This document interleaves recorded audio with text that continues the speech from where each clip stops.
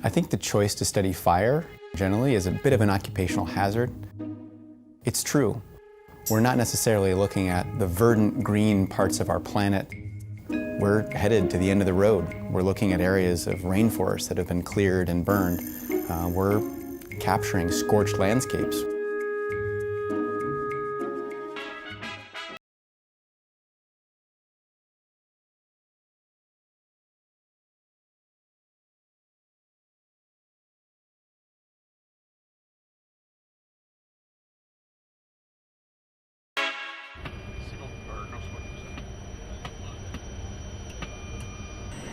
In this series, we've been following the fire season around the world.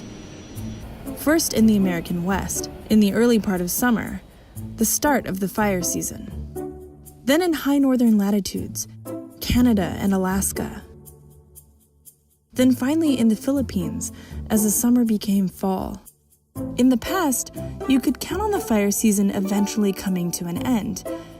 But we're now learning that that's not really the case anymore. What we're seeing is that areas that have been flammable are becoming more flammable, pushing those systems into either extreme conditions or a year-round fire season where fires are literally possible at any time. We caught up with Dr. Doug Morton to find out the extent of the damage. Hotter and drier conditions, adding wind, you end up with fires that are moving faster and burning hotter than what we've seen before. Can we better understand, anticipate, and characterize the changes in our planet that come from those extreme fires? Actually, yes, we can. Myself and my staff at the GIS Center worked closely with colleagues at Goddard Space Flight Center to make this thing happen. This is Keith Weber, the wildfire rehabilitation expert that pioneered a new groundbreaking tool. The Rehabilitation Capability Convergence for Ecosystem Recovery includes a function that allows fire responders to triangulate their wildfire response. The tool can geolocate everything from burned areas to potential landslides to impacts on endangered species. But Recover really gained momentum after one fire in particular. I remember looking at our whiteboard that shows all the real high priority things we need to be doing. And that whiteboard was clear. And I was walking out, I talked to some of my students and I said, I think the wildfire year is done. We got it wrapped up. Well, shouldn't have said that. Because the next day, one of our users in California, Woolsey Fire started going.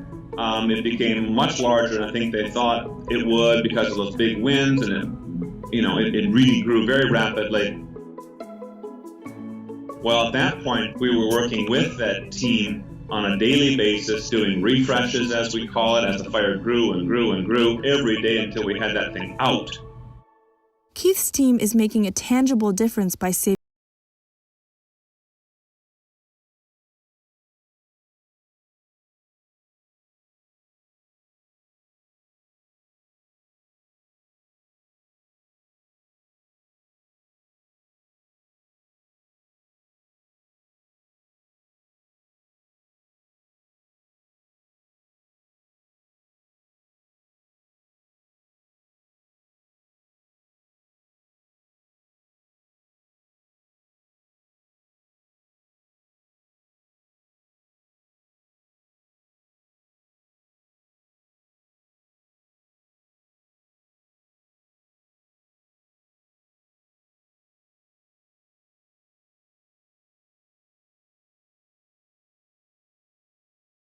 all of us, our NASA explorers and partners in exploration face the daily decision to either choose apathy or get to work.